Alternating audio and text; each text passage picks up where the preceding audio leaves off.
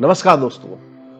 हाथ में Wimbledon trophy उठाए हुए टेनिस के खिलाड़ी आर्थर एस की जब यह तस्वीर देखता हूं तो मन मस्तिष्क में कई प्रश्न उपजते हैं और कई सवालों के जवाब खुद मिल जाते हैं। तो आर्थर एस 1975 में विंबलडन की एक प्रतियोगिता जीतने वाले पहले अश्वेत खिलाड़ी बने। आर्थर एस ने 5 जुलाई 1975 को फाइनल में अमेरिका के ही जिमी कॉर्नर्स को हराकर विंबलडन का खिताब जीता।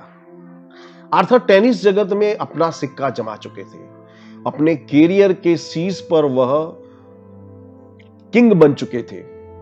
वो नंबर 1 पर थे, यानी कि विश्व के सर्वश्रेष्ठ खिलाड़ी थे। उन्होंने 3 ग्रैंड स्लैम जीते थे, विंबलडन, यूएस ओपन और ऑस्ट्रेलियन ओपन। ऐसे तीनों ग्रैंड स्लैम जीतने वाले वो दुनिया के एकमात्र खिलाड़ी थे। आर्थर की प्रसिद्धि चरम सीमा पर थी। विश्व भर में उनके करोड़ों चाहने वाले थे। 80 के दशक में आर्थर की बाईपास सर्जरी हुई। ऑपरेशन के दौरान उन्हें चढ़ाए गए अशुद्ध खून की वजह से आर्थर HIV संक्रमित हो गए। सन 1992 में सार्वजनिक रूप से उन्होंने लोगों को बताया अपनी बीमारी के बारे में। आर्थर के एड्स ग्रस्त होने की खबर पूरी दुनिया में जंगल की आग की तरह फैल गई। आर्थर के चाहने वालों के दिल टूट गए।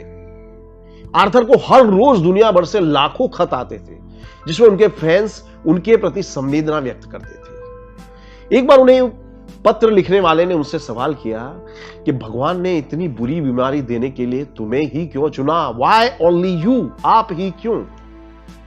तो आर्थर ने उस पत्र के जवाब में जो लिखा उससे जीवन के कई महत्वपूर्ण आदर्श छिपे थे।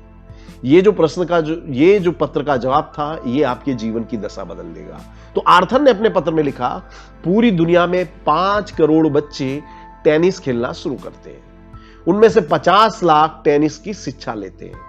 इसमें से 5 लाख बच्चे प्रोफेशनल टेनिस की तक पहुंचते हैं।